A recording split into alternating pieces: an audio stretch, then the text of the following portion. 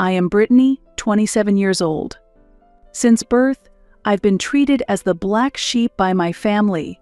My brother Chris graduated from a prestigious university and has been walking the path of an elite. My sister Vanessa, a housewife now, has always been clever, having graduated from the same prestigious university as my brother. My parents have always been proud of them, constantly referring to them as our pride and joy. On the other hand, I chose to work right after high school instead of pursuing further education. I wanted to become independent sooner and carve my own path through my abilities.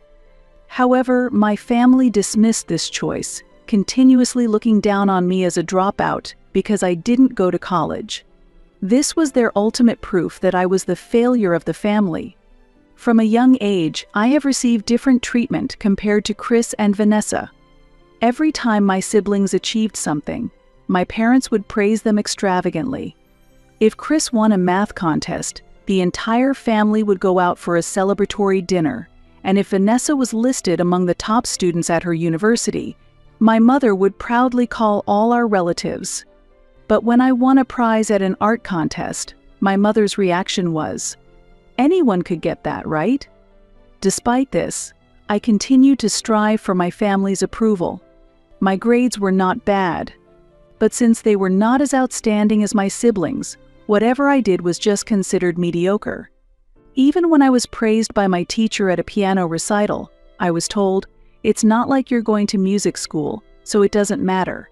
I gradually came to realize that no matter how hard I tried, it was futile. After high school, I decided not to go to college but to work instead. When I told my family, the dinner table fell silent for a moment. "So, you mean to say you'll be stuck in low-paying jobs all your life?" My sister laughed. "Well, someone has to do the menial jobs for society to function," my brother shrugged. My parents sighed in dismay and said nothing more to me. That was their sign of disappointment. But I was different. Although I didn't go to college, I didn't end up just another worker. After entering the workforce, I worked hard, was recognized by my superiors, and continued to achieve results.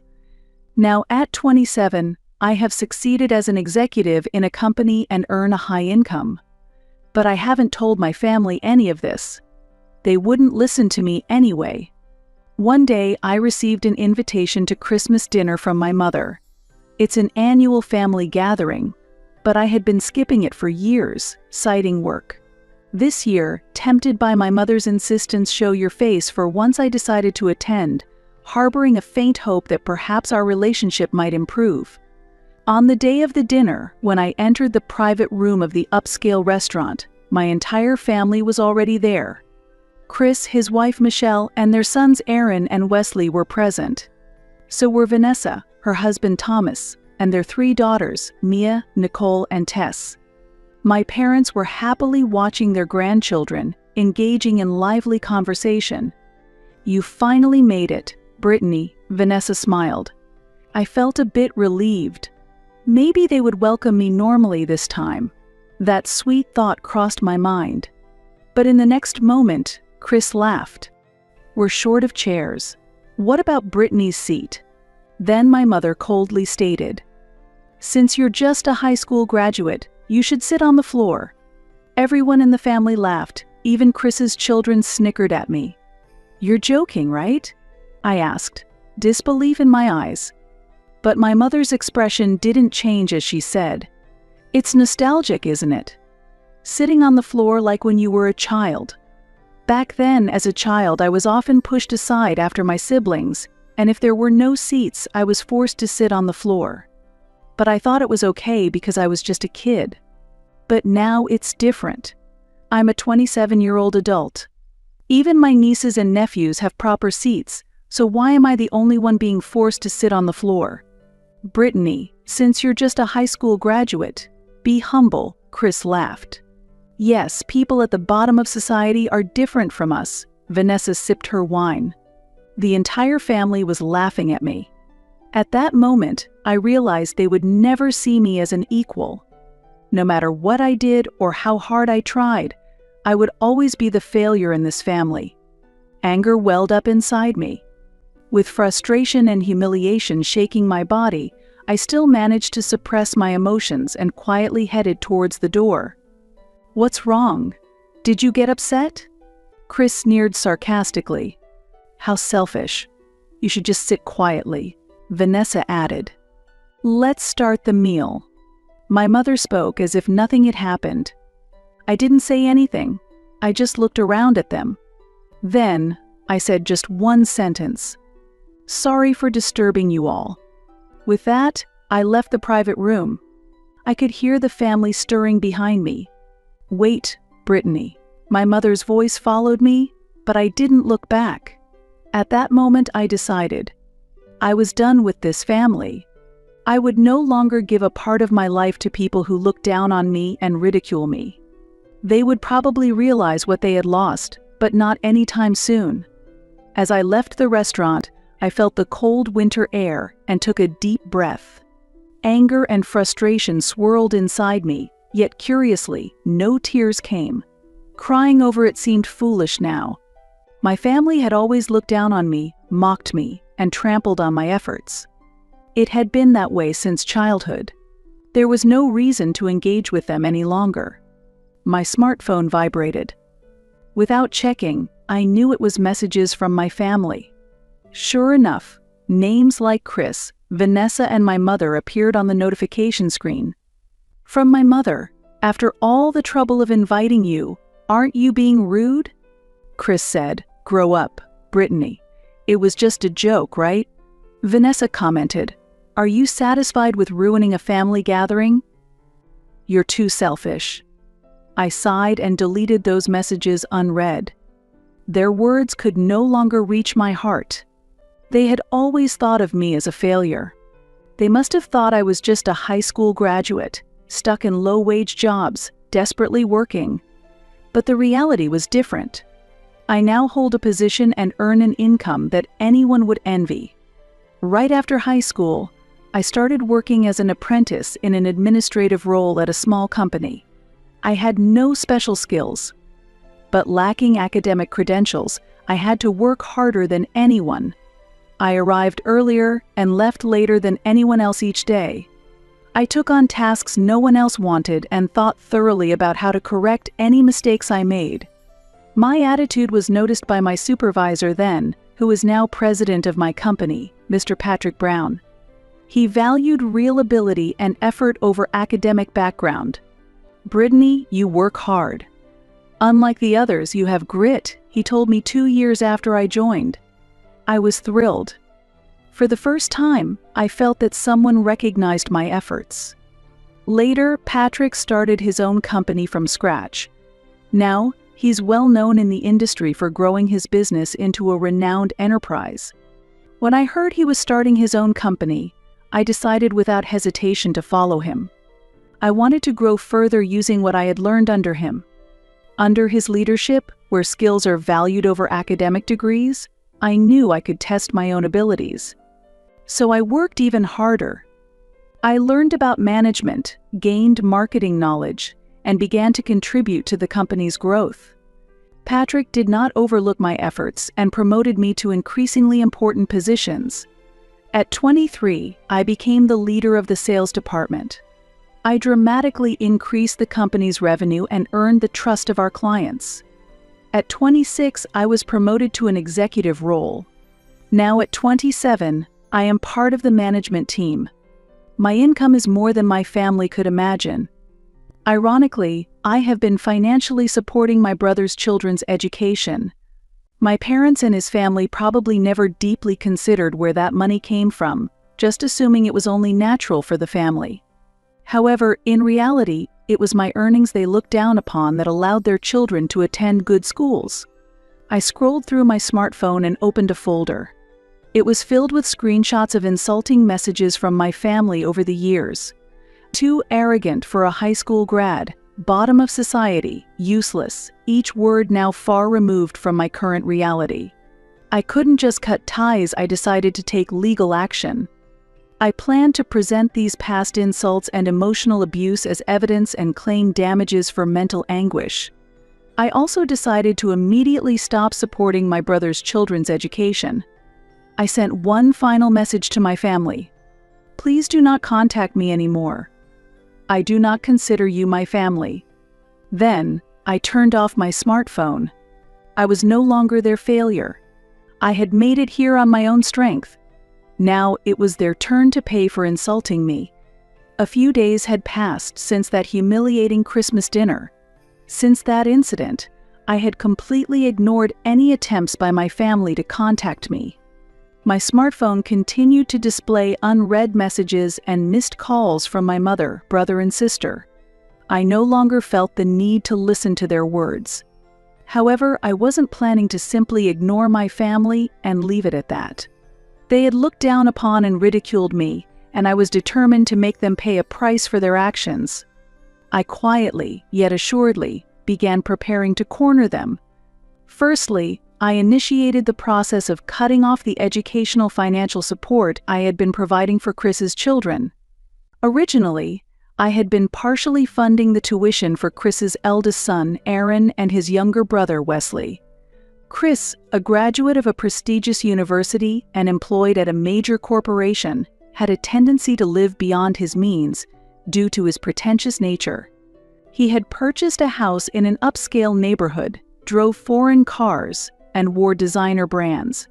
His wife, Michelle, also had a penchant for luxury and frequently went to parties and on trips. Because of this, their household finances were always in dire straits.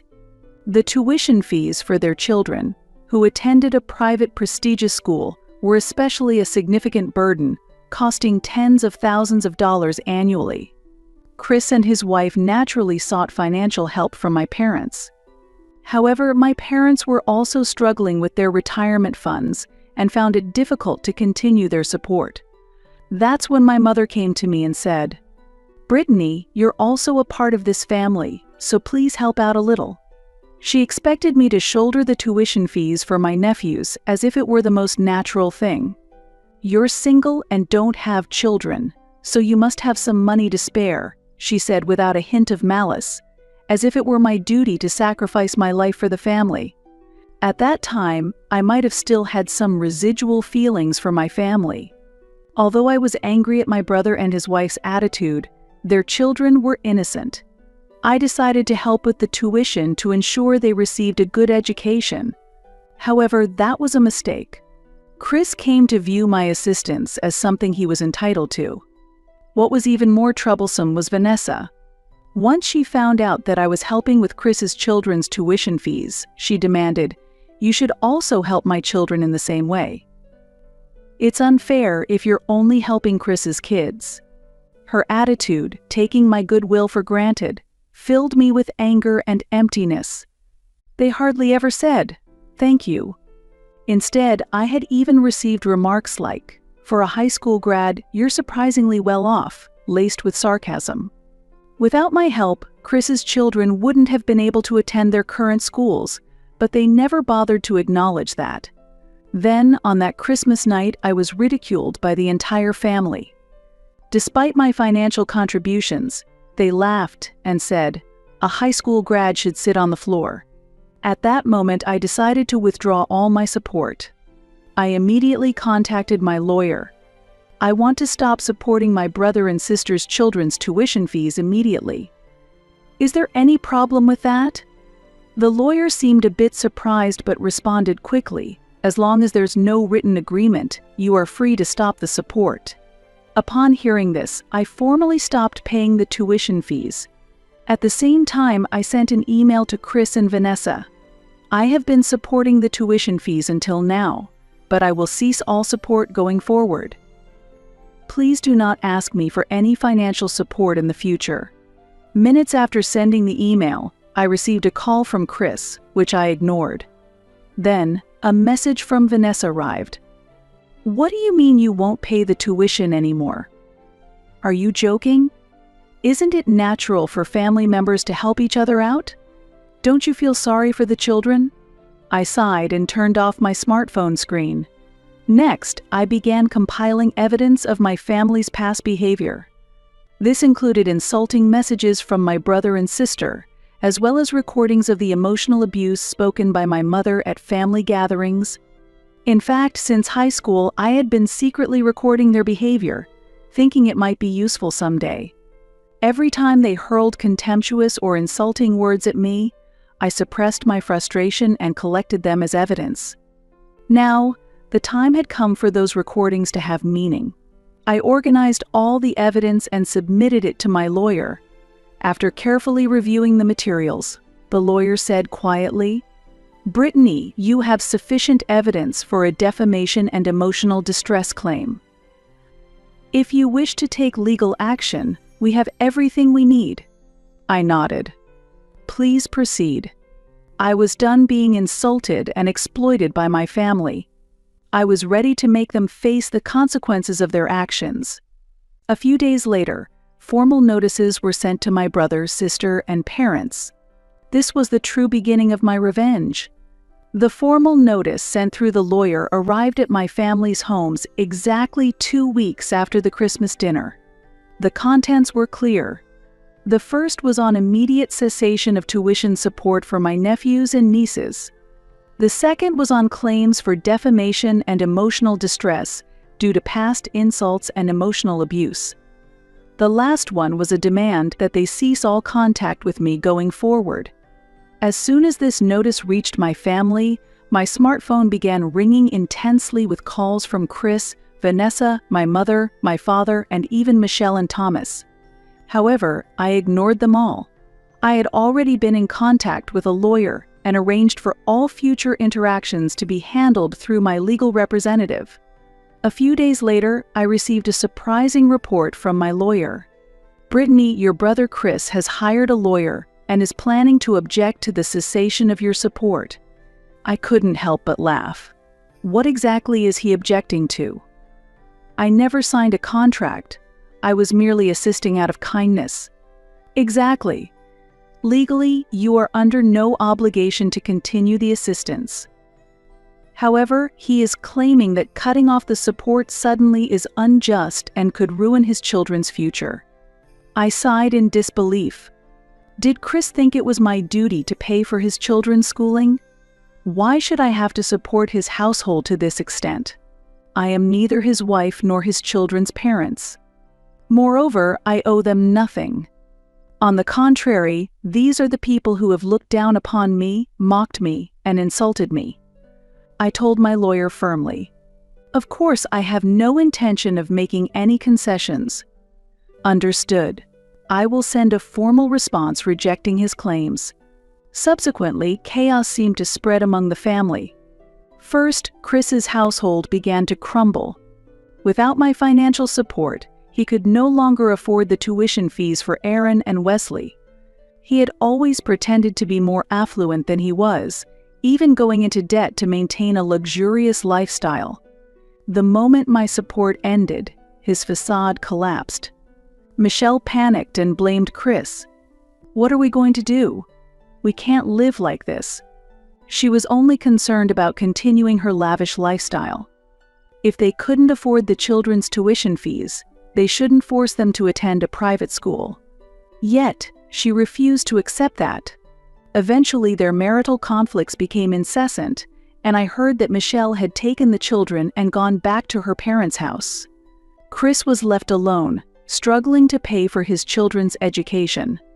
Similarly, my sister Vanessa's household was in turmoil.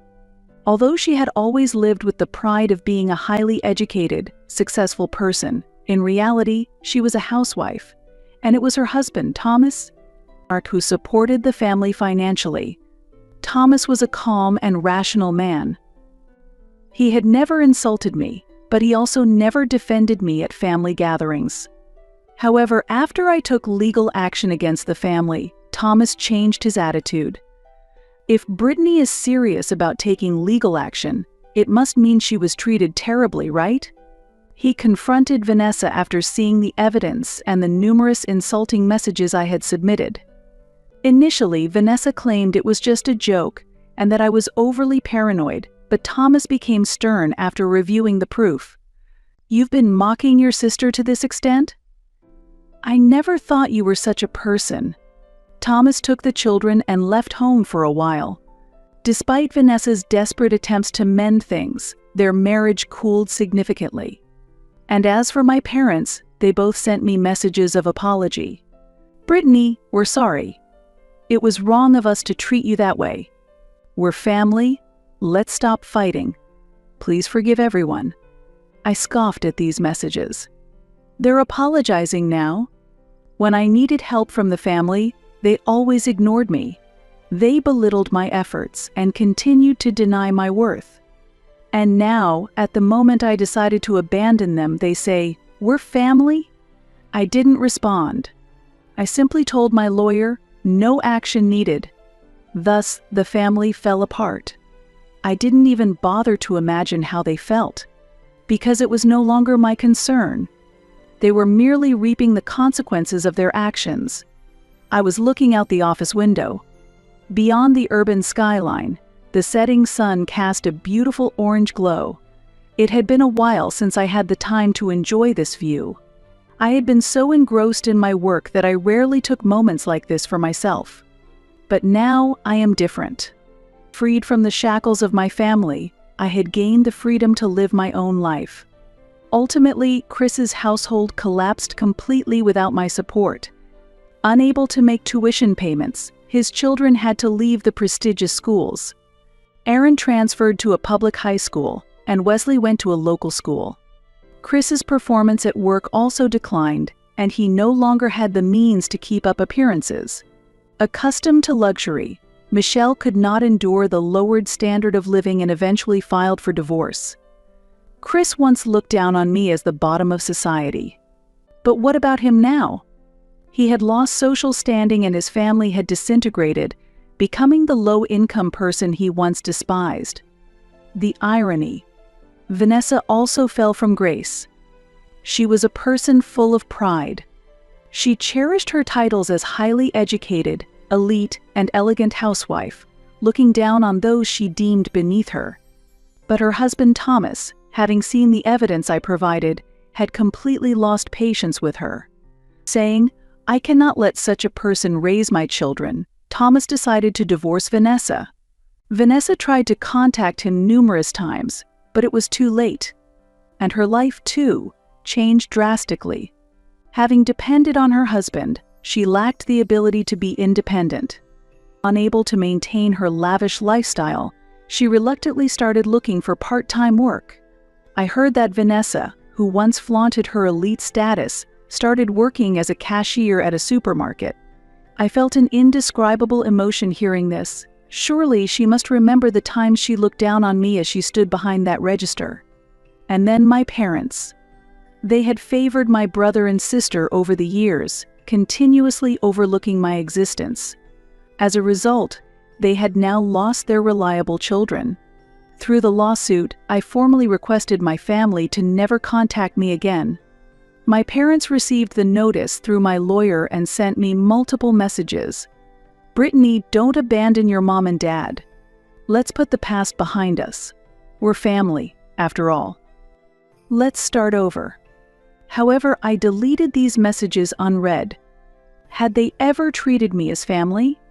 Despite all my efforts and successes, they continued to look down on me because I was just a high school graduate. And now, only when they are in trouble, they say, "Help us because we're family." It took me 27 years to free myself from their shackles. But it's finally over.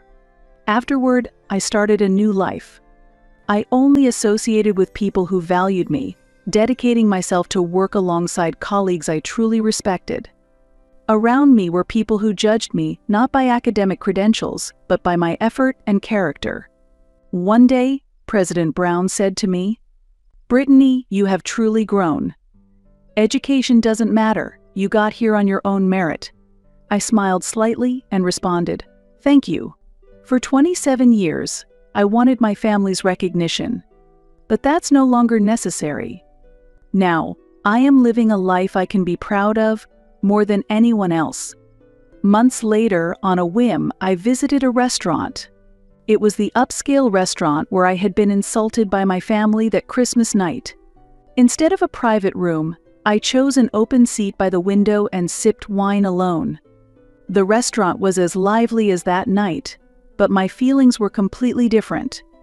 There, I was not the person who was looked down upon and ridiculed. I have become a successful person who has earned her place in life through her own efforts. I overheard a couple at the next table. Did you know? There's this incredible woman who became an executive at a major corporation recently. She's a high school graduate but climbed up through sheer effort. Wow, that's impressive. Education really doesn't matter, does it? I raised my glass and smiled subtly. Yes, I am no longer the family's failure.